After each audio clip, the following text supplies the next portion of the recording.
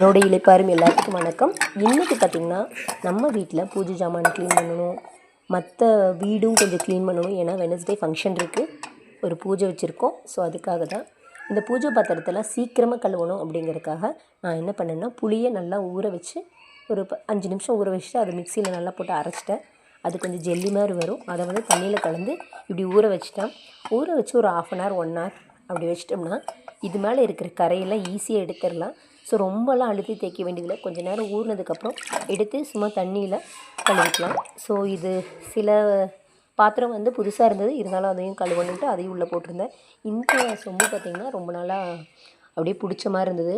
அந்த கப்பெல்லாம் அதெல்லாம் வந்து கொஞ்சம் க்ளீன் பண்ணுறதுக்கு புளி தான் ஊற வச்சுருந்தேன். ஸோ நல்லா க்ளீன் ஆகும். நீங்கள் பாருங்கள் எவ்வளோ நேரம் ஊற வைக்கணும், அந்த தண்ணியோட கரிசல்லாம் எப்படி இருக்குன்னு பாருங்கள். ஸோ இப்படி தான் வந்து அழுக்கு இருந்தது. இந்த இதுலையெல்லாம் கொஞ்சம் எண்ணெய் பசை எல்லாமே இருந்தது. இது வந்து தீபம், இதுவுமே இப்படி தான் இருக்குது. ஸோ இதையும் கொஞ்சம் நேரம் ஊற வைக்கணும். ஊற வச்சதுக்கப்புறம் லேசாக எடுத்து தேய்ச்சேன். லைட்டாக தேய்ச்சிட்டு இங்கே பாருங்கள் எவ்வளோ பளபளப்பாக ஆயிடுச்சு.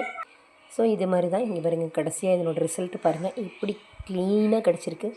ஸோ நீங்களும் ட்ரை பண்ணி பாருங்கள், கண்டிப்பாக ரிசல்ட் கிடைக்கும். நான் வந்து ரொம்பலாம் அழுத்திலாம் தேய்க்கவே இல்லை, ஜஸ்ட் லைக் தட் தண்ணியில் கழுவினேன் கை வச்சு. ஸோ அவ்வளோதான், அது எவ்வளோ க்ளீனாக ஆகிடுச்சு பாருங்கள்.